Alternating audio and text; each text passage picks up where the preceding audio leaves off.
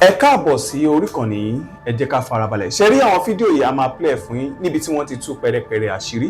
Ẹ ti mọ̀ wípé táwọn ò bá rí báyìí, àwa kì í sọ ìta bá sọ gan. A jẹ́ pa ti ṣèwádìí kúlẹ̀kúlẹ̀ pé ṣé òtítọ́ ni ọ̀rọ̀ yìí kó tó di pé a mú wá sórí ìkànnì yìí fún ẹ̀yin olólùfẹ́ wa láti máa jẹ ìgbádùn gbogbo bó ṣe ń lọ lágbo òṣèré pátápátá. Ẹ wò ó, ká má fi ọ̀pá pọ̀lọpọ̀lọ péjọ, ẹ yẹ ká sojú abẹ́ kó. Oríṣiríṣi ọ̀rọ̀ ni àwọn èèyàn ti ń gbé nípa Alhaji Taiwo Ògògó. Àwọn èèyàn sọ wípé ọ̀tá wọn ti kú. Mo kàn lo Yorùbá yẹn ni. Gẹ́gẹ́ bí ẹ ti mọ̀ bí a ṣe máa ń ṣe lórí ìkànnì yìí, pé táwo ò bá ti rí àwa kì í sọ. Èyí tá a bá sọ gan, ajẹ́pà ti ṣèwádìí kúlẹ̀kúlẹ̀ kó tó di pé a mú wá sórí ìkànnì fún ẹ̀yin olólùfẹ́ wa láti máa jẹ ìgbádùn gbogbo bó ṣe ń lọ pátápátá lágbo òṣèré. Ẹ ti mọ̀ tá a bá ti rí báyà àní sọ. Alhaji Taiwo Ògògó wọn ò tí ì kú o. Ìgbà ọdún kan ni a dẹ̀ ní gbọ́ ikú wọn báyìí. Lóòtítọ́ a mọ̀ pé wọ́n ní àìsàn jẹjẹrẹ tí àwọn olóyìnbó ń pè sí ní cancer, tí wọ́n dẹ̀ ti gbé wọn lọ sí ìlú Indian. Oríṣiríṣi àwọn ìròyìn ẹ ti mọ̀ pé èyí tẹ́ bá rí tó bá jẹ́ fake níta, àwa máa mú wá sórí ìkànnì fún ẹ̀yin olólùfẹ́ wa káwa lè yànnàná ẹ̀ fún yín, ká lè sọ òtítọ́ kẹ́ lè mọ òtítọ́, gẹ́gẹ́ bí ẹ ti mọ̀ pé òtítọ́ ni àwa máa ń sọ lórí ìkànnì yìí. Lóòótọ́ àti lódodo wọ́n ti gbé wọn lọ sí ìlú India láti ṣe ìtọ́jú tó péye àti tó yẹ fún wọn. Ṣé àwọn dókítà India ti sọ̀rọ̀ àbí wọn ò tí ì sọ̀rọ̀? Orí ìkànnì yìí náà lẹ ti máa mọ gbogbo ẹ̀. Ká tó sojú abẹ́ǹkó, ẹ jẹ́ ká kọ́kọ́ gbọ́ nǹkan tí bàbá wa Wíkókó sọ nípa Alhaji Taiwo Ògògó, káwa náà tó tú pẹ̀rẹ̀pẹ̀rẹ̀ ọ̀rọ̀ sílẹ̀. All right, the label of stage 4 describes cancer that has traveled beyond the organ in which it originated to grow in other. Ẹ ti rí ǹtí mo ṣe sọtán nù. So ìyẹn túmọ̀ sí wípé irú jẹjẹrẹ yẹn o n tàbí sọ pé liver ní ń jẹ ó ti kúrò nínú liver, ó ti lọ. I'm refusing to treat him. At least, please. N tó mú gẹ́ yìí jáde nìyẹn. Wọ́n láwọn ilé ìwòsàn wọn ò gbà, wọn ò tọ́jú ẹ̀. N tọ́jú pariwo tanu ẹ dákun ẹ gbà wọn. Bó ṣe pariwo tanu ọ̀pọ̀lọpọ̀ àwọn tó jẹ́ expert, ọ̀pọ̀lọpọ̀ àwọn tó nífọ̀n tó lè kánná, tí wọ́n mọ àwọn dókítà tí wọ́n dá a tán ni wọ́n ti pè wọ́n. Give this man a chance. Nobody wants to do anything. Why not yet ask for money? Nobody is asking for money, but please, if you know somebody that knows somebody that can help. This man has a strong will to live. You see him, you can't even know that something is wrong that bad. It's just starting to show. We didn't even know until like 3 weeks ago. So please, I'm begging you.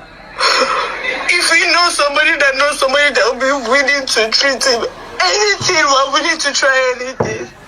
Please, why not yet ask for money? Nobody's yet asked for money. My big uncle has helped Yayi. He has been of great help. Like nobody even knew that he would show up for us this way. But if he's willing to do anything, but please, if you know somebody that will be willing to treat him, would really appreciate it. Please, I can't watch my daddy die. I can't. Lágbára Ọlọ́run, ikú ò kì í ṣe pọ́sàn rẹ̀. Well, àkàndọ̀rọ̀ Ògògó, alẹ́ àná ni mo rí fọ́nrán yìí. Hello everybody. Alẹ́ àná ni mo rí. Ó dẹ̀ jẹ́ nǹkan tó já mi láyà. Ṣùgbọ́n lónìí, ìròyìn tí mo gbọ́ tó tún fi mí lọ́kàn balẹ̀ dáadáa ó ní wípé wọ́n ti admit Ògògó sí hospital. Kódà mo rí fọ́nrán kan wípé wọ́n ti gbé wọ yàrá iṣẹ́ abẹ lọ. Bó bá jẹ́ bẹ́ẹ̀, torí pé ọ̀rọ̀ orí social media lọ́pọ̀ ọgbà kò ṣeé gbàgbọ́ o. kò ṣeé gbàgbọ́ o. wọ́n láwọn kan ń kéde pé olódì rẹ̀ ti kú, baba ńlá baba wọn ló kú, bàbá ìyá wọn ló kú, ògògó kọ́. torí pé gbogbo eléyìí náà yóò padà fi pìtàn ni. alright, Àkàndá Ọ̀rọ̀ Awíkonko, you know who you know. n ò ní wá lákàtí wá blab lásán. wọ́n ń pariwo stage 4 stage 4 stage 4 stage 4. ṣé stage 4 míì ní kú? pé bí èèyàn bá ti dé stage 4 náà yóò dẹ̀ kú? dọ̀sí mi pé kò sí ìtọ́jú rárá. because naturally ọ̀rọ̀ òṣèlú ìpínlẹ̀ Ọ̀ṣun mo fẹ́ sọ lónìí tẹ́lẹ̀tẹ́lẹ̀, but ògògó múmú láyà mi jọ̀rọ̀ òṣèlú lọ. kò sígbà tá a sọ̀rọ̀ òṣèlú tá a sọ, because àwọn àkóónú kan ń bẹ nínú ìdìbò tó wáyé nípínlẹ̀ Ọ̀ṣun, eléyìí láyè ọ̀tọ̀ Awògede ń gbé ọ̀rọ̀ ògògó mọ́ bá wá, ọ̀rọ̀ òṣèlú kọ́. and again kí n máa dúpẹ́ olórí àdá tán, ọpẹ́ olórí àdá rèrè àrè lọ́wọ́ ẹ̀yìn ẹni bí ẹni èèyàn bí èèyàn, gbogbo ẹ̀yin tẹ́ kí mi fún ayẹyẹ ọjọ́ òbí mi tó wáyé lónìí pẹ̀lú ògo Ọlọ́run. àti lé lọ́dún kan láàdọ́ta still counting. Ọlọ́run lọ́mọ ìgbà àti àkókò kọ́lọ́run ó dá wa sí kó jẹ́ ká gùn lẹ́mìí, ṣùgbọ́n still náà Ọlọ́run lọ́mọ ìgbà tẹ́mi ó bọ̀. ẹ̀rù ọmọ bà wọn kan báwọn tó bá ti sọ̀rọ̀ dé orí ẹ̀mí. but unfortunately whether we like it or not, gbogbo ẹni tó wá sílé ayé ni ó padà lọ alákejì. mo ti ráwọn olówó rẹpẹtẹ tí wọ́n padà kú o. odidi gọ́vnọ̀ tọ́já pé bí kú bá fẹ́ gba billions of naira, Akérédolú rẹ́dì láti fún. àìmọye sẹ́nẹ́tọ̀ ló ti kú ńgbà tán jẹ́ sẹ́nẹ́tọ̀, àìmọye house of rep members, àìmọye gómìnà ló ṣe tán tí wọ́n dẹ̀ dágbére fáyé. sówó tán á fẹ́ fi tọ́jú wọn ni ò sí rárá o. ṣùgbọ́n ẹ̀bẹ̀ tá mọ̀ bẹ́lọ̀ náà ni pé kọ́mọ́ tí ìyá báyìí kó sì mọ́ fàìsàn tó lè ṣe wá. torí pé ọ̀pọ̀lọpọ̀ èèyàn ń bẹ tírun tó ṣògógó ibà ṣe wọ́n ẹlẹ́run ó tù o. because if you don't know somebody that know somebody, gẹ́gẹ́ bá ọmọ ògògó ṣe sọ, ẹlẹ́run ó tù o. èèyàn lọ o, èèyàn bá lọ o. because lórí social media kò sábà sẹ́ni tó fẹ́ dáwó fún ọmọ, ọba ní tójú jẹjẹrẹ lọ, ọba àsọpá ìsàn kíndìnrín yọ ọ lẹ́nu, wọ́n máa ń wo ntọ́sẹ̀lẹ̀, wọ́n máa ń mọ́ ọ lójú ni. so Àkàndá Ọ̀rọ̀ Awíkonko, Àjàó Àrò Awíkonko aṣọ lójú ọlọ́rọ̀. ẹ bá ń wo YouTube ń ṣèṣe pé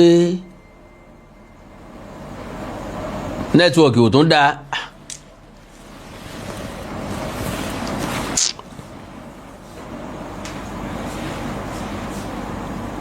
àwọn onímọ̀ ìjìnlẹ̀ nínú ìṣègùn òyìnbó lórí ọ̀rọ̀ àìsàn jẹjẹrẹ. God bless you sir, God bless you sir, God bless you.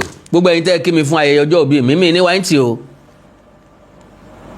ẹ̀yin náà ó máa ṣe lọ́pọ̀lọpọ̀, ikú ò ní dẹ́mi yín légbodò, àìsàn ò ní ṣe yín, nǹkan ò ní ṣẹ̀mí yín, kò ní ṣẹ̀mí àwọn ọmọ ìyàwó àtọkọ yín lágbára Ọlọ́run.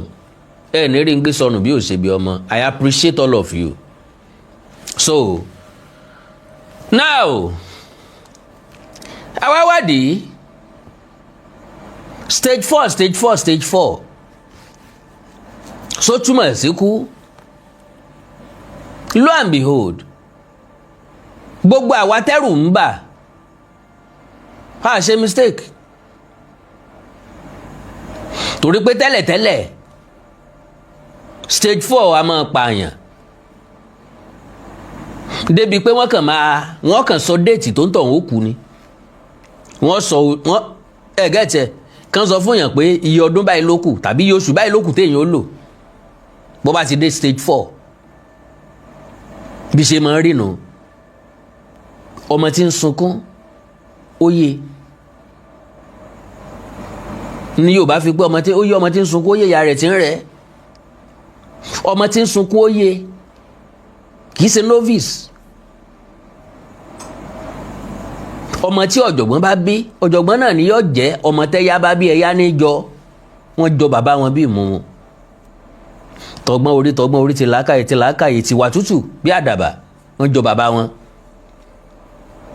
So now ọ̀rọ̀ wa ò ní pọ̀,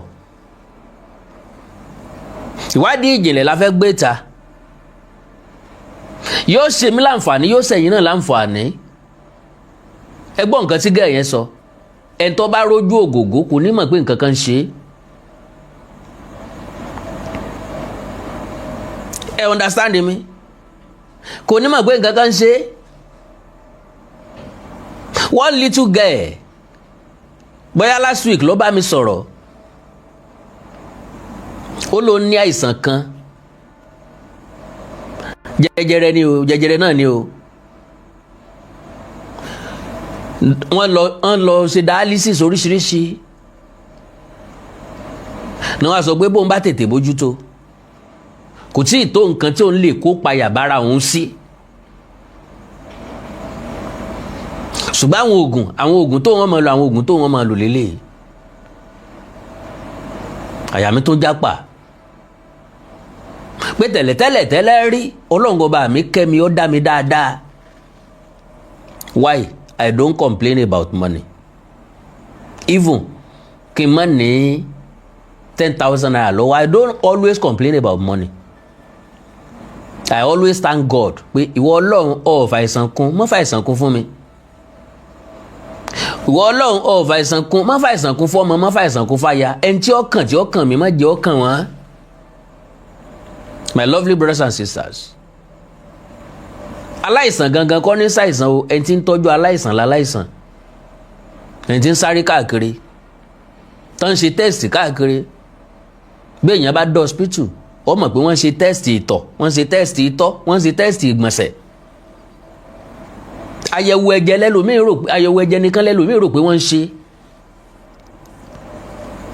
Oríṣiríṣi àyẹ̀wò ni wọ́n máa ń ṣe. So ti dé usage rèé, tó máa gun lift lókè, tó máa gun lift bọ̀.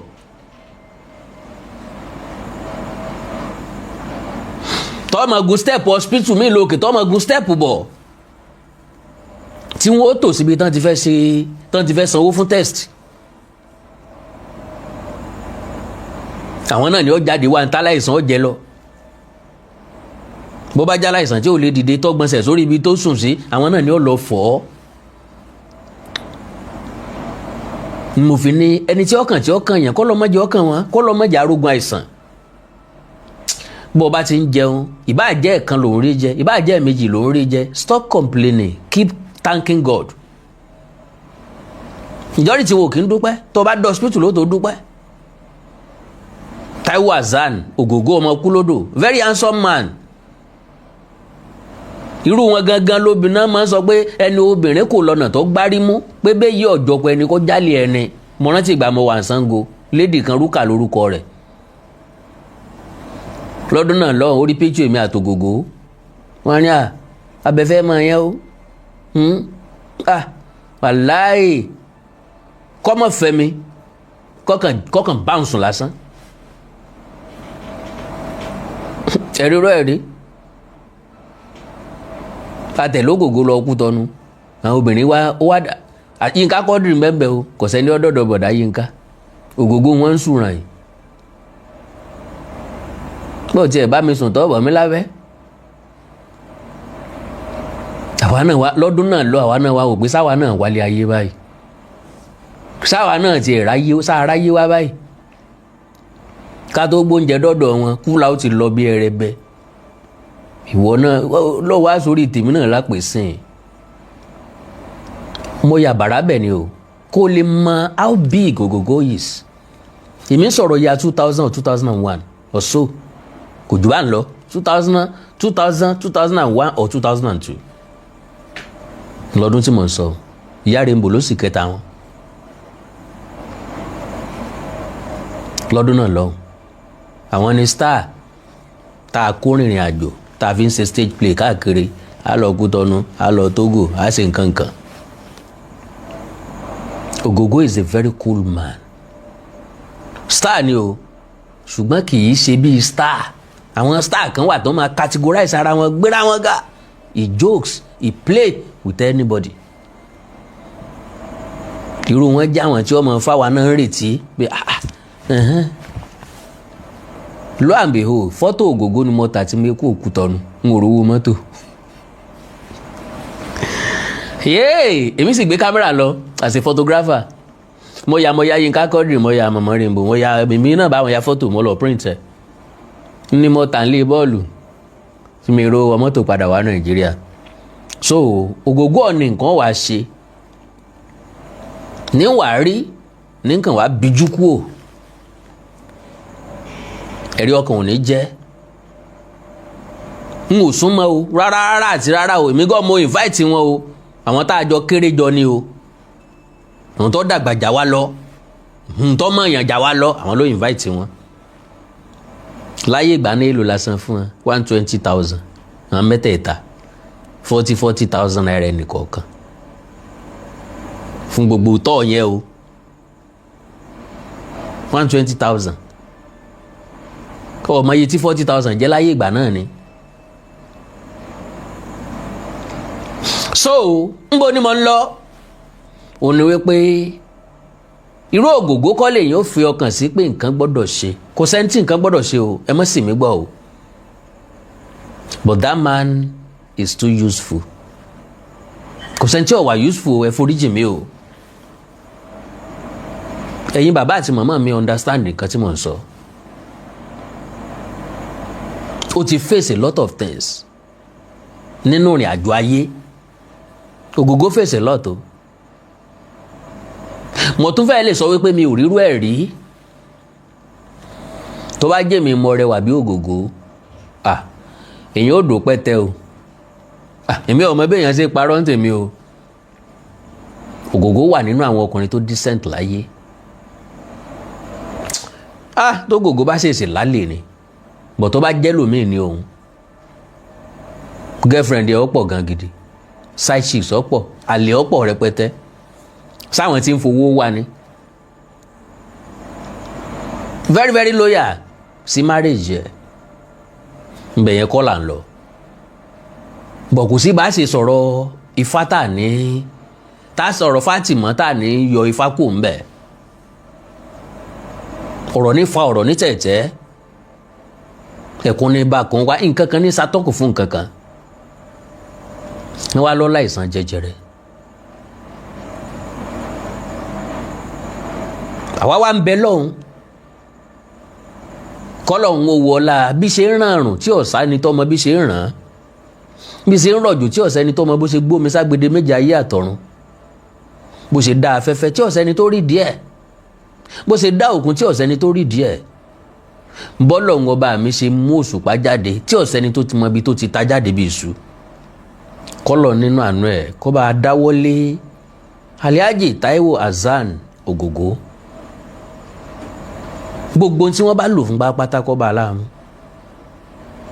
gbogbo tí wọ́n bá ṣe pẹ̀lú ẹ̀ kó lọ nílànà kó lọ wọ́ọ́rọ́wọ́ kó lọ wọn fọwọ́ sí kó lọ wọn dáwọ́lé lẹ́ẹ̀kan mo ní mo fẹ́ sọ̀rọ̀ nípa stage 4 tá à ń sọ yìí ẹ̀já sáré múra wa rìn pápápá ni kí n sì kú òun bíi ṣùgbọ́n mo fẹ́ ká mú nǹkan àmúrelé yóò ṣe yín láǹfààní yóò ṣe mí gangan láǹfààní mi tí mo fẹ́ sọ̀rọ̀ nípa rẹ̀ tí mo fẹ́ ká yìí ó wà very very important to me ní tí mo bá dọ́dí ọ̀rọ̀ ògógó ni wípé we all look healthy lójú tẹ́lómi bá lọ ṣe test nínú wa yóò gbé ìrònú tí ó bá yé ẹ̀ jẹ́ gbogbo alójú wa rẹwà báyìí o Awíkonko lójú ẹ̀ rẹwà báyìí o bẹ́ẹ̀ lómi bá lọ ṣe test nínú wa tán bá sọ tí ń ṣe fún ó lè má ní fọkànbalẹ̀ mọ́ torí pé àìsàn tán pè láìsàn kò gbóògùn gan kọ́ ní ń pààyàn ìbẹ̀rù àti páyà rẹ̀ ní ràn yàn sọ́run àsàn pé mo ti ní kinní ni ó pààyàn dànù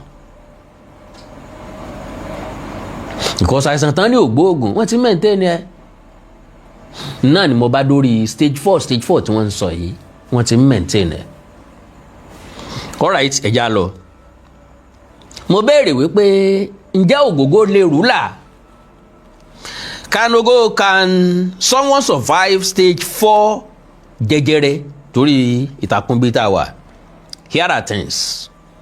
Veteran Nollywood actor Taiwo Hassan, popularly known as Ogogo, was confirmed to be battling stage 4 àìsàn jẹjẹrẹ on Monday.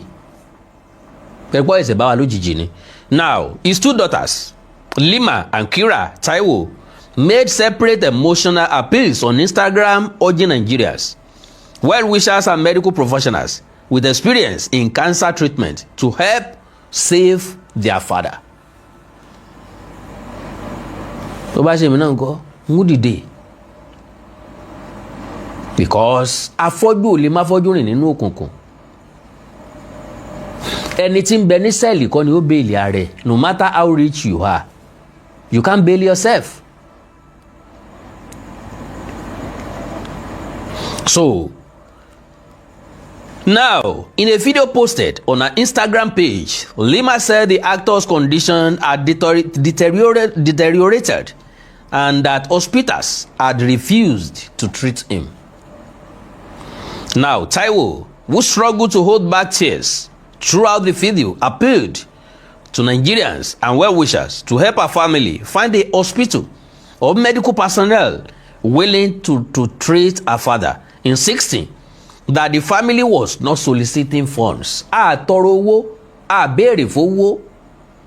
Ṣùgbọ́n tẹ́ bá mọ̀yàn tó mọ̀yàn. Àwọn èèyàn tí wọ́n ṣe tán láti tọ́jú bàbá wa, ẹ direct wọn sí wa. So, what is stage 4 cancer? Kí là ń pè ní stage 4 cancer gangan? But how do they know it's stage 4? Dialysis ni, wọ́n lọ ṣe test ni, àyẹ̀wò ló gbé jáde bẹ́ẹ̀. Ṣé mọ̀ pé n tó mú Yáyì gbọ́, n tó mọ̀ jáde sórí ìtàkùn ayélujára, wọ́n ti manage ẹ̀ díẹ̀díẹ̀, wọ́n ti dé hospital, wọ́n ti lọ ṣe test oríṣiríṣi. Kò sẹ́ni tí ọkàn déédéé jáde wípé stage 4 ló dé o.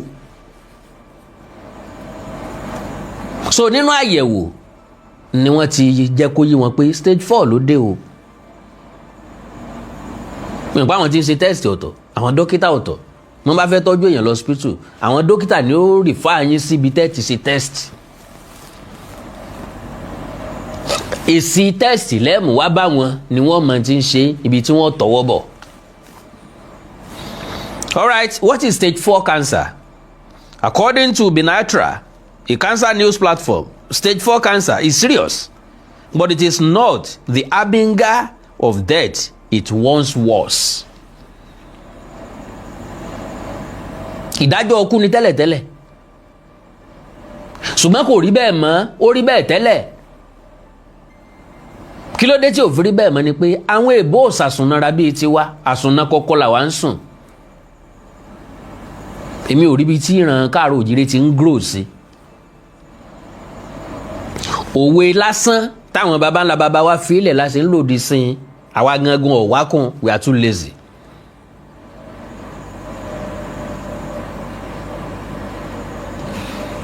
Àkànlò èdè tí wọ́n fi ilẹ̀ náà la sì ń lò, àárí kankan kún.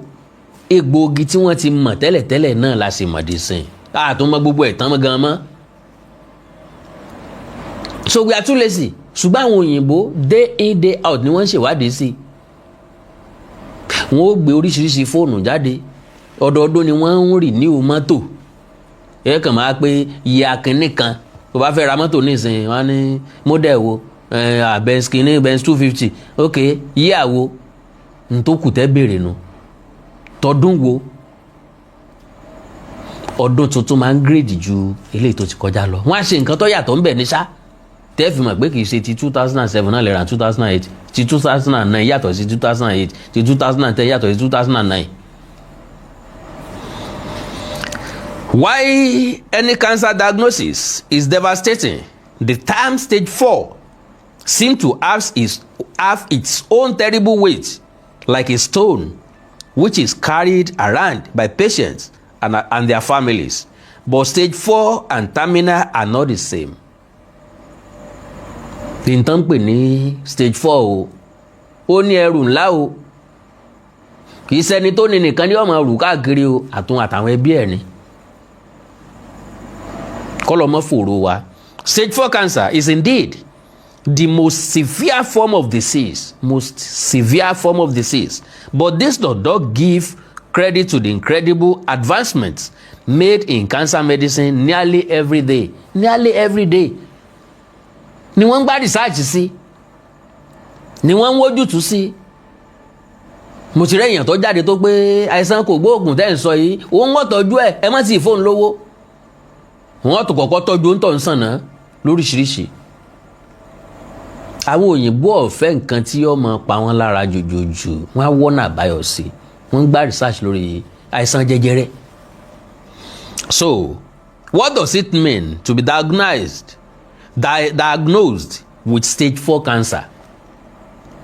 fún dáàdì mi tán bèrè lẹ́ẹ̀kan pé bóun náà ṣe mọ̀ pé stage 4 ni wọ́n diagnose ni. So cancer is a disease in which abnormal cells grow uncontrollably. Iná fi ń pè ní jẹjẹrẹ. Kíní ọ̀hún wọ́n máa rìn káàkiri ṣùgbọ́n ẹ̀dọ̀ ló wọ́n máa jẹ. Ntọ́ bá sì jẹ́nu ọyàn ló ń fẹ́ dúró sí, ọyàn ni ó máa jẹ. Ntí bá ń jẹ nǹkan yóò dá ojú àpá síbẹ̀. Ó túmọ̀ sí pé yóò dé gbóòórùn ẹ̀. Jẹjẹrẹ ká ló bù jẹ hàì ọgbàánu dúró eléyìí ń dáa ṣùgbọ́n tí ó máa jẹ tí ó fi jẹ́ lóra rẹ̀ pa. So grow uncontrollably. The more a cancer grows, the more harmful it becomes. Yóò máa dàgbà nú ẹ̀, yóò máa jẹ́ lọ. Wọ́n fi ń pè ní àìsàn jẹ̀dọ̀jẹ̀dọ̀.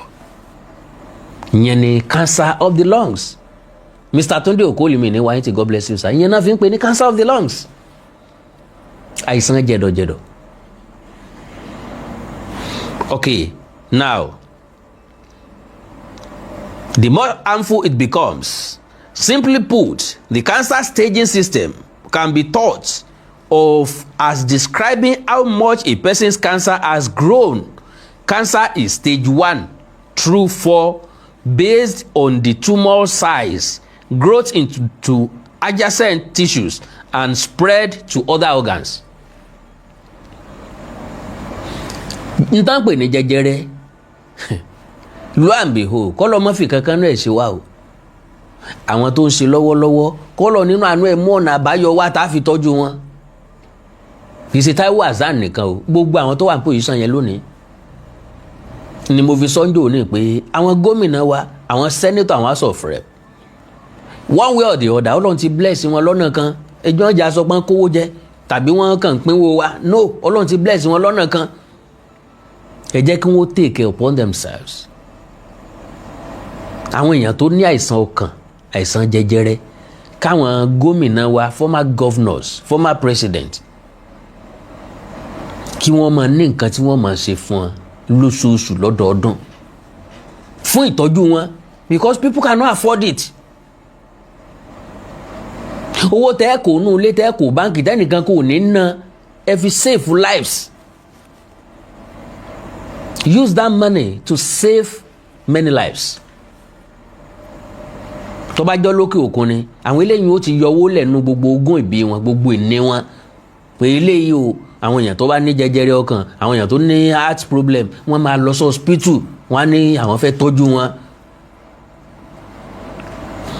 Senator Iyọlá Omisore every blessed Christmas, lásìkò Christmas ní máa ń lọ sí hospital, yóò wà àwọn tí ò rówó san yóò san ẹ̀ ló sà. Kò yẹ kó dìgbà Christmas nìkan. Bó bá jọ 100 lè máa ṣe ní Christmas, ẹ ṣe ní 10 lóṣooṣù. Because àwọn tẹ́yẹ̀sẹ̀ lọ bá ń Christmas yẹn tí wọ́n ti lo oṣù 10 oṣù 12 lọ hospital tó wọ́n tún ti increase sí, ẹ ti rescue wọn earlier. So pápápá, so now based on tumor size, jẹjẹrẹ máa ń mọ̀yàn lórí o. Mi mọ̀ bóyá ẹ mọ̀ oríṣiríṣi ọ̀nà ni jẹjẹrẹ ti ń ṣiṣẹ́ o. Kì í ṣe cancer of the lungs nìkan náà ń pè ní cancer, oríṣiríṣi ni. Ìkankanú ẹ̀ ní kọ́ lọ́ mọ̀ jẹ́ kó ṣe wá. Ó tún ti lọ ń jẹ́ ń bẹ̀. Ní àpé yóò damage organ kan, yóò tún lọ damage another organ.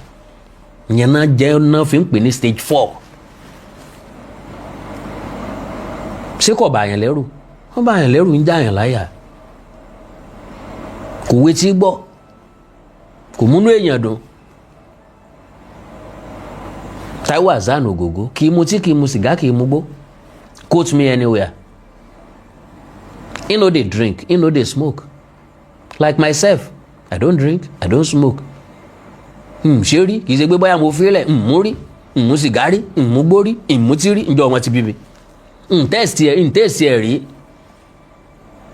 Lẹ́yìn ìgbà tá a wà kékeré tá a mu igi ẹni.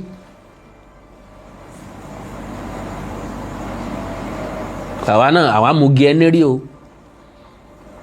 Igi ẹni tí máa ń dùn lẹ́nu ìgbà tá a wà kékeré, àní mọ̀ pé ẹni ìtọ̀ la mu. Ọlọ́run ṣàánú wa. Èmi ìsẹ́yìn tẹ́ máa pákéjì. Àwọn sọ̀n tó bá ṣẹlẹ̀ sí wa, á sọ̀n tá a bá là kọjá, àní pákéjì ara wa. Àwa mú igi ẹni, á yọ igi ẹni. Tẹ̀tí ìta mọ̀ fún igi ẹni mu gan, lékèrè ò sí rí. Àní mọ̀ pé ní ó ń tọ̀ la mu. Kọ́lọ́run ṣàánú wa jàre. All right, now cancer growing, originated to grow in other distant parts of the body. Cancers growing in these other parts of the body are known as metastasis (plural), and are why stage 4 cancer is commonly referred to as metastatic cancer. In this way, stage 4 disease describes the behavior of a person's cancer rather than a specific kind of cancer itself. Now, wọ́n ní the bones, eegun, liver, kí ni liver náà? Kí ni liver lẹ̀dọ̀ àbí? Lungs, ẹ̀dọ̀fóró àbí, are especially common places for cancer to spread. Cancer also frequently spreads to lymph nodes, collections of immune cells scattered throughout the body. Because of this spread, stage 4 cancer requires more aggressive treatment than cancer at lower stages. Nto mú gẹ̀yẹn sunkún nìyẹn. Ọmọ gravity nǹkan tí ń ṣe bàbá ẹ̀. Wọ́n ti sọ, àwọn dókítà tó nímọ̀ ti sọ fún un. Àwọn tí wàá reject wọn, number 1, ìmọ̀ wọn lè má kún débẹ̀. Àkọ́kọ́ nìyẹn, ìmọ̀ wọn lè kún débẹ̀ kán má ní equipment tó láti face ẹ̀ ní ó jẹ́ kán dáhùn. Wọ́n sì mọ̀ pé èèyàn ńlá lògògó, àbùrọ̀dáwọ́lé kí nǹkan ó ṣe é ní ó wá dàbí ọ̀rọ̀ Mohbad. Wọ́n ní nọ́ọ̀sì lógún lábẹ́rẹ́ o, ní goosebump dìde o, ní ọmọ tí ń ṣe mọ́ o, ló wà unconscious o, ló bá kú o. So doctor mi ò fẹ́ rẹ́wọ̀n he látàrí treatment. Kì í ṣe pé bóyá wọn ò mọ̀ pé ògògó ni, kì í ṣe pé bóyá àánú wọn ò ṣe, kì í ṣe pé bóyá wọn ò fẹ́ try.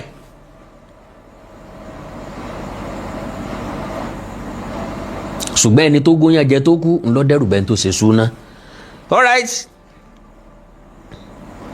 And how to treat stage 4 cancer? Bó bá ti wá dé stage 4, mbó la ṣe treat ẹ̀. Ńlọ jẹ́ pé yóò ṣàǹfààní fún yín, yóò ṣàǹfààní fẹ́mi náà. Ta ló mọ̀ bóyá torí ara mi mo ṣe ń ṣe léyìn tí mò ń ṣe yìí? Ta mọ̀ bóyá torí ẹnìkan tí ń wò mí ni? Nobody knows. Òye yé mi pé ẹ̀kọ́ pọ̀ nínú tí ń ṣẹlẹ̀ ilé ayé. Ní tó bá ṣẹlẹ̀ sẹ́nìkan láfi kẹ́kọ̀ọ́, ọlọ́gbọ́n ní fọ̀rọ̀ ẹlòmíì kọ́gbọ́n. Aṣiwèrè ọ̀rọ̀ ara rẹ̀ náà ni ó tún fi kọ́gbọ́n. Kò tó ní fi kọ́gbọ́n gan. God bless you, sir. God bless you, ma. So, how to treat stage 4 cancer? 1.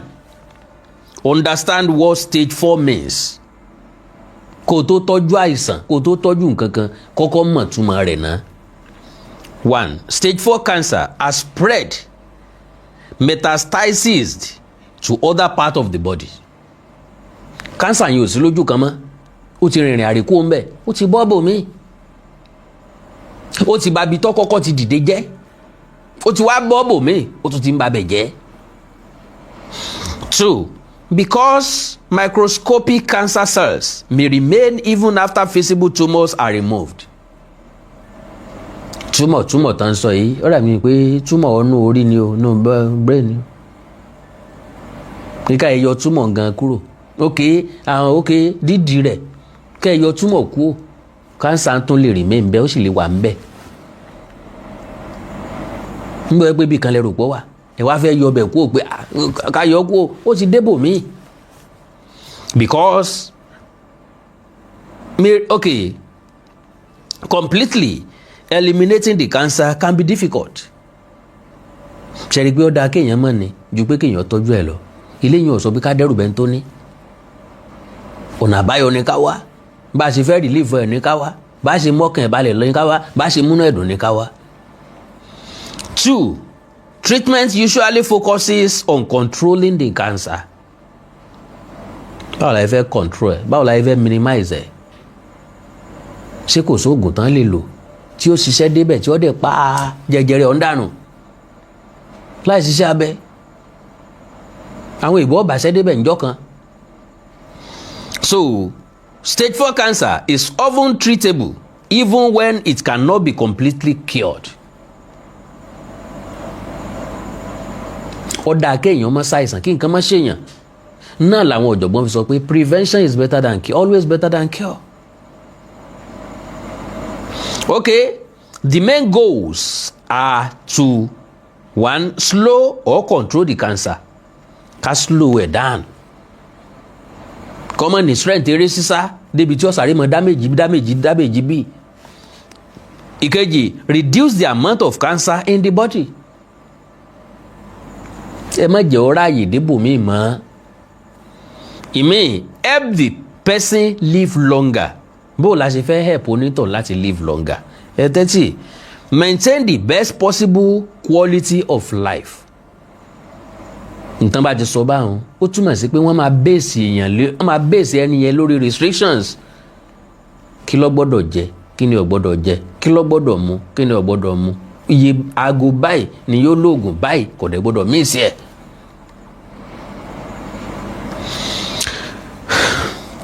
Number 3, treatment depends on where the cancer started. Níbo ni cancer ti bẹ̀rẹ̀ kó tó ràn débò míì. Metastatic cancer is named according to its original site. For example, breast cancer that spread to the lungs is still treated as breast cancer, not lung cancer. Ibi tó ti bẹ̀rẹ̀ ń láti treat ẹ̀, irrespective ibi tó wù kó dé padà. Because orísun nìdí omi, gbòǹgbò lókun ẹ̀mí igi. Ibi tó ti dìde gangan lórísun ẹ̀. Bóyá tá a bá ti pàbí tó ti dìde òun, bóyá kò ní lè lágbára ń bò mí mọ́. Ìgbé tẹ́ bá ti gé gbòǹgbò igi yóò kú ni. Alright, okay. The original cancer type determines which treatments are most appropriate. Number 4, systemic treatments are important. Ìwúwa náà ń pè ní systemic treatment because cancer may be present throughout the body. Treatments that travel through the bloodstream are often used. Èmi náà sọ bẹ́ẹ̀ lẹ́ẹ̀kan. Ṣé kò ságbẹ́rẹ́ tán lè fún yàn ni? Ṣé kò sómi tán lè pass sí yàn lára tí ó dẹ̀ flush ẹ̀ kú ó? Téèyàn tọ́ mọ́tò dànù. Ṣé ò sí ni? Ẹ bá wa wà. Doctor clarifies palliative care after Ogogo's daughters claim hospitals refused treatment. Ogogo's daughter debunks death rumour. Àwọn olórí burúkú kan pariwo pé bàbá àwọn kú láìsí Ogogo. This can include chemotherapy, immunotherapy, targeted precision medicines. Mo sọ bẹ́ẹ̀ lẹ́ẹ̀kan. Mo gbé sórí oògùn. Aago báyìí ni ó lò eléyìí, kò gbọ́dọ̀ miss ẹ̀. Wọ́n wá gbé sí wá sọ jẹ́ pé aago 12 ló gbọ́dọ̀ lò oògùn, kò gbọ́dọ̀ lé ìṣẹ́jú kan. Sórí pé ó yẹ kó máa dúpẹ́ lọ́wọ́ Ọlọ́run fún àlàáfíà. Má take àlàáfíà for granted. my brothers and sisters.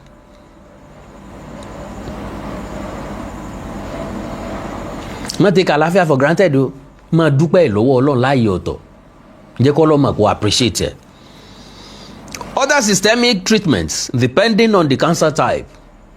All right, number 5. Treatment intensity depends on the person's condition. Kí ni condition tó? Doctors may initially use stronger treatments when appropriate to achieve better disease control. Older, frail, or already very sick patients may not tolerate aggressive treatment safely because gbogbo tí wọ́n ń pè ní cancer nkankan yìí, kidney problem, do you know ó ní èjì o tó ti wà treatable. Any kidney problem tó bá ti lé ní 60 oríborí yẹn ni o wọn yìí sábà survive ẹ Ọlọ́run dáríjì mi o kọ́lọ́ mọ́ jà ni wọn kì í sábà survive ẹ gẹ́gẹ́ bẹ́ẹ̀ náà làwọn àìsàn báyìí age matter.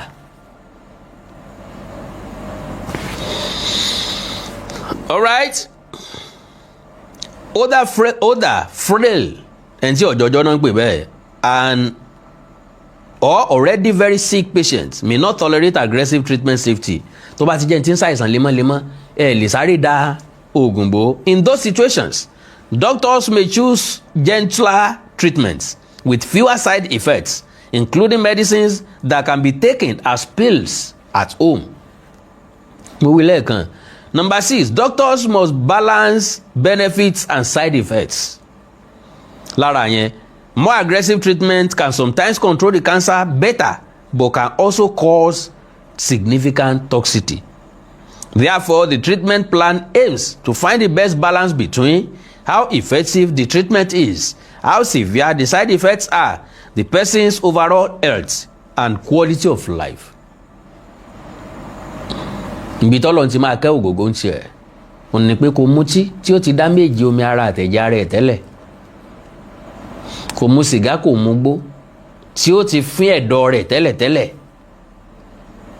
ó wà ẹ́ẹ̀dì yàtọ̀ sí àìsàn ilé tó dé lọ́sàn gangan. So the person overall and quality of life. Number 7, treatment usually involves a team. That is, oríṣiríṣi ọ̀nà náà máa gbà treat ẹ̀. Kò dàbí pé tablet méjì ló lò láàárọ̀, tablet méjì ló lò lọ́sàn, tablet méjì ló lò lálẹ́. No, kì í ṣoògùn nìkan. Oríṣiríṣi ọ̀nà náà máa gbà treat ẹ̀. Oríṣiríṣi àwọn èèyàn, àwọn specialist ló máa work on only him. So, treatment. Okay. Now, okay. Stage 4 cancer is commonly managed by several specialists. Bá má tẹ̀wọ́ mi. Mo yè ká tẹ́lẹ̀. Mo fọlọ́run tá Johnson búra. Ṣùgbọ́n òye. All right. So, stage 4 cancer is commonly managed by several specialists such as medical oncologists, radiation oncologists, surgical oncologists. Other important members can include nurses, social workers, counselors, nurse navigators, and symptom management specialists. Because oye tó yé mi ni pé ńgbà tá ìsàn ti dé stage yẹn, kì í ṣe ẹnìkan péré, kì í ṣe ṣọ́ọ̀ṣì kan lẹ́ẹ̀fi tọ́jú ẹ̀ mọ́. Yorùbá ní ká gba níyìn ká gba lọ́ọ̀ ní bàtà fi dún. Bàtà tẹ bá ń ṣe lé tẹ́ ń ṣe lé kòkòrò náà wò wípé sólórí burúkú làwọn eléyìí ni. Iwájú tó yẹ kí n gbà lọ wọ́n ti ń bọ̀ ńbẹ̀, ẹ̀yìn tó yẹ kí n padà sí wọ́n tún ti débẹ̀, ọ̀tún tó yẹ kí n yà sí àwọn olórí burúkú kan tí wọ́n ti ń gba owó òsì tó tún yẹ kí olúwarẹ̀ tó ń dorí kọ náà làwọn èèyàn kan tún wà yìí. Pátápátá ẹ̀yọ́ bọ̀ sáàrin ibi tí wọ́n ti rí iṣẹ́ abẹ sí, tí wọ́n ti gbáwèrè yọ jáde. So, number 8, not all stage 4 cancers have the same outlook. Some cancers spread extensively while others spread to only a small number of locations. That is, olórí burúkú làwọn kan nu àwọn cancer stage 4 yẹn. Ẹ mọ̀ náà máa sọ pé ẹran tó ká bá fẹnu sọ ẹ get it. That is, kí ewúrẹ́ ọkàn ẹ máa get it nísìnyí kẹ́ ẹ gbé apẹ̀rẹ̀ ẹ̀kọ́ kan kalẹ̀ tàbí kẹ́ ẹ ẹsẹ̀ pẹ́ ẹ̀kọ́ kẹ́ ẹ wá tẹ̀ sórí ẹni ìwúrẹ́ wa wọlé kàkà kọ́ yẹ kó gbé ẹyọ kan kọ́ lọ yóò fẹnu bu eléyìí jẹ yóò fẹnu bu eléyìí jẹ yóò fẹnu bu eléyìí jẹ yóò fẹnu bu eléyìí jẹ gẹ́gẹ́ bẹ́ẹ̀ lílé tán sọ wípé ó spread extensively yẹn bó ń ṣe ṣiṣẹ́ nìyẹn. ìkejì òun náà ni pé òun ò ní rìn jìnnà tiẹ̀ ẹ gbọ́ wọ́n ní some cancer spread extensively while others spread to only a small number of locations. òun ò ní rìn jìnnà púpọ̀ kò ní babi tọ́pọ̀ jẹ́ so wọ́n máa mọ stage tí yẹn wà. Alright, when cancer has spread to only a few sites, often 1 or 2 organs, it may be called oligometastatic cancer. Number 9, oligometastatic cancer may sometimes be treated more aggressively. In selected patients, doctors may use surgery or radiation to target and remove or destroy the largest or most dangerous cancer deposits. Tó bá ti jẹ́ lè tó tí ò rìn jìnnà tí ó bá bi tọ́pọ̀ jẹ́ ó lè jẹ́ mọ́ṣẹ́ abẹ wọ́n yọ kù láwọn ibi tó dé tàbí kí wọ́n lo nǹkan tí yóò bàjẹ́ síbẹ̀ nǹkan pè ní parasite nǹkan kan sáà lè pa gbogbo kòkòrò pátápátá yàtọ̀ sáré gbọ́nrán kú àbáwọn kòkòrò kan tí wọ́n pa ipa tí ò ní kú o nǹkan kan sáà lè pa. So this can potentially prolong survival ìyẹn lè jẹ́ kí ẹ̀mí ó gùn níwọ̀nba. Number 10, the key takeaway: stage 4 does not automatically mean there are no treatment options.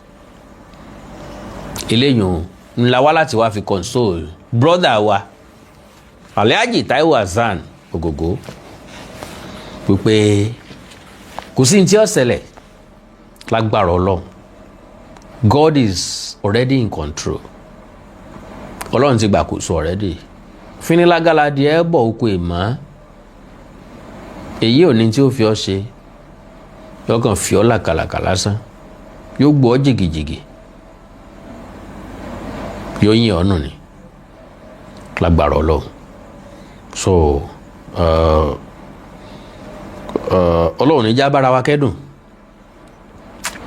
bọ̀ tó tọ̀ọ̀tì ọkàn wa somehow because àwọn èèyàn kan ń bẹ tó jẹ́ pé wọ́n ó jókòó wọn jẹ́jẹ́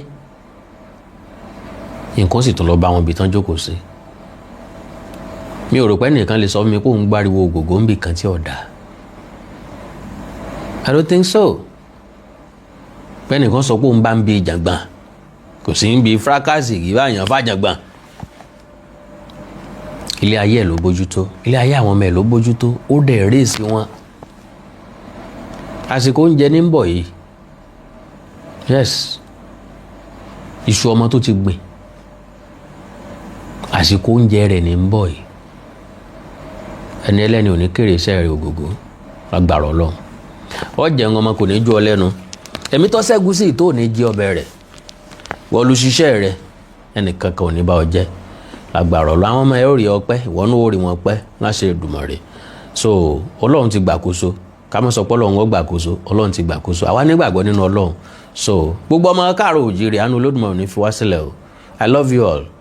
Ilé òní lé wa tọ̀nù nínú àwa wọlé wàhálà ti dààmú kéré tóbi kò ní jẹ́ ìpín wa. Ẹ ṣé o fún ayé gbogbo ẹ̀yin tẹ́ kí mi fáyé ọjọ́ òbí mi irú ẹ̀ ni wọ́n fi san padà fún yín lágbára Ọlọ́run. Tó dáa láwọn bára wa ṣe.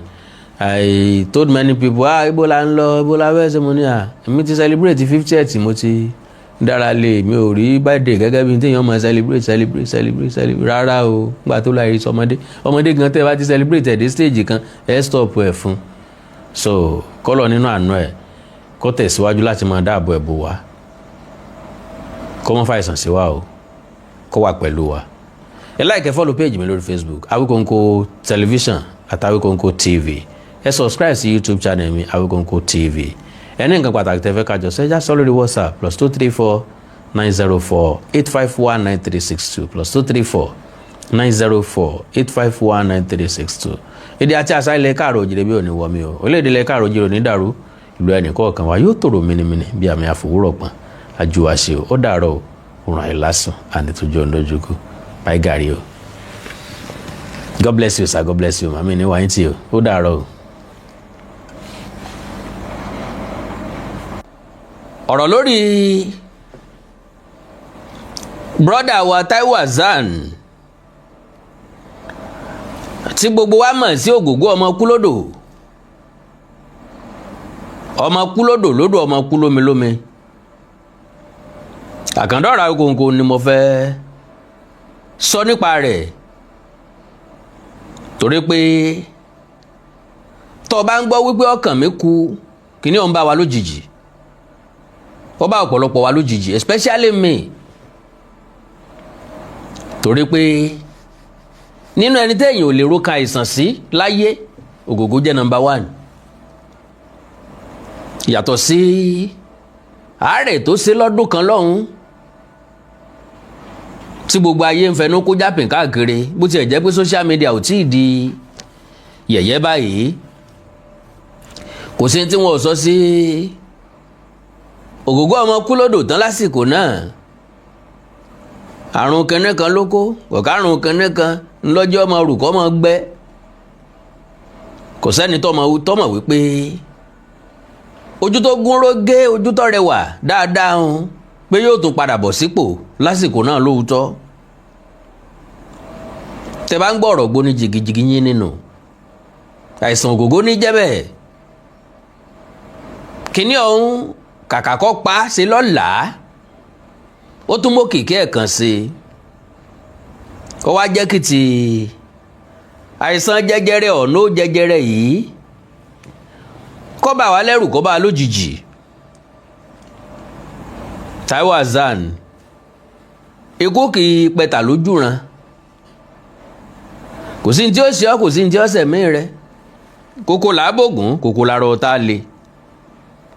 Ikú rẹ ò tí ì yá, bọ́ bá dọ̀la yóò tún kọ̀la ni.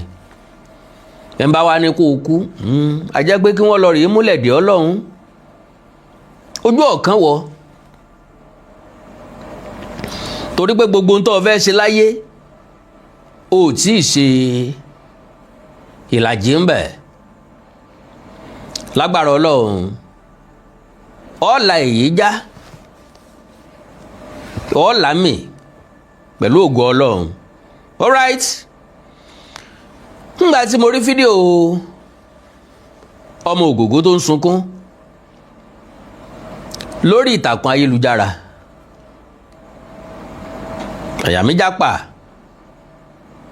Ó wá clarify ẹ̀ pé ẹkún tó ń sun, ẹ̀bẹ̀ tó ń bẹ gbogbo ọmọ Nàìjíríà, gbogbo ọmọ káàárọ̀ òjíire bí, kì í ṣe ti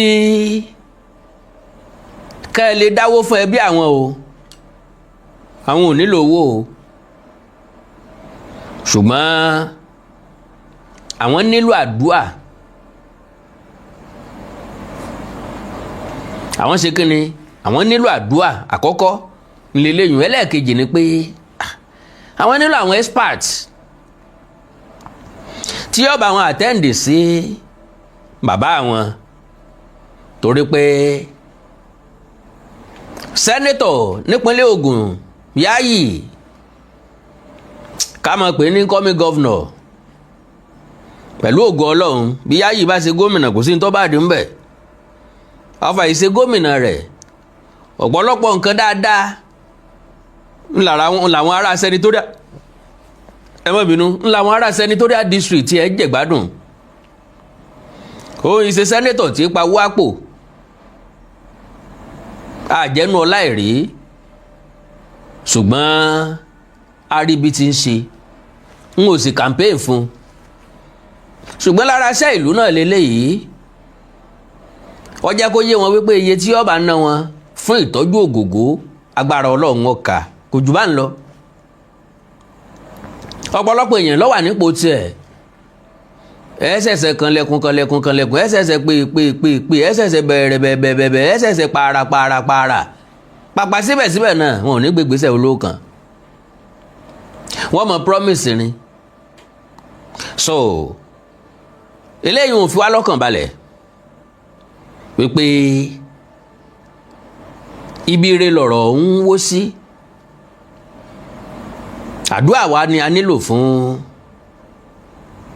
Ògògó Táíwò Hassan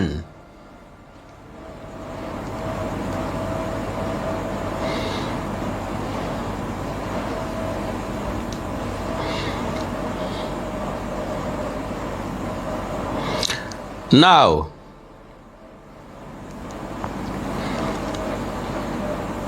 bí a ṣe wọlé máa ń pín program yẹn jọ.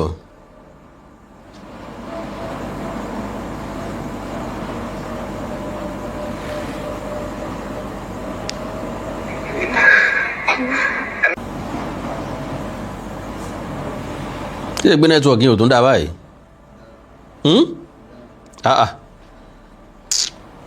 Kí ló wá ṣẹlẹ̀ báyìí?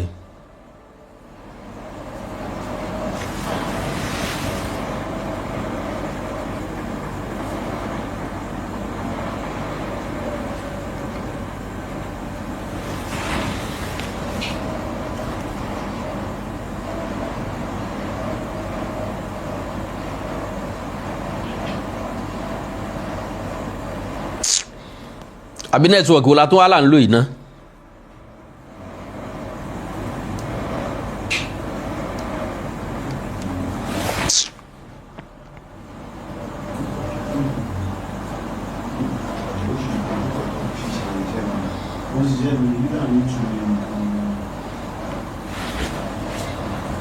kò yí sẹ́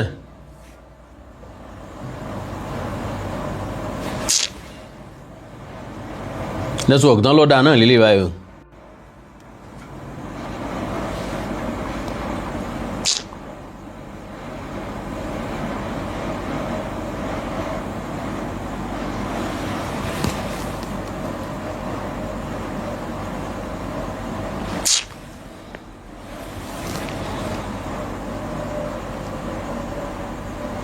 àbúrò nonsense wò lílé báyìí.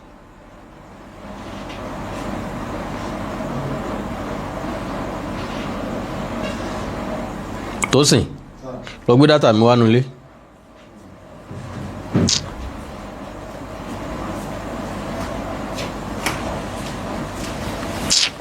àbúrò nonsense wò lélẹ̀ báyìí. nonsense wò lélẹ̀ báyìí. ó ti iṣẹ́ padà jọ. nonsense wò lélẹ̀ báyìí. ó ti iṣẹ́ padà jọ.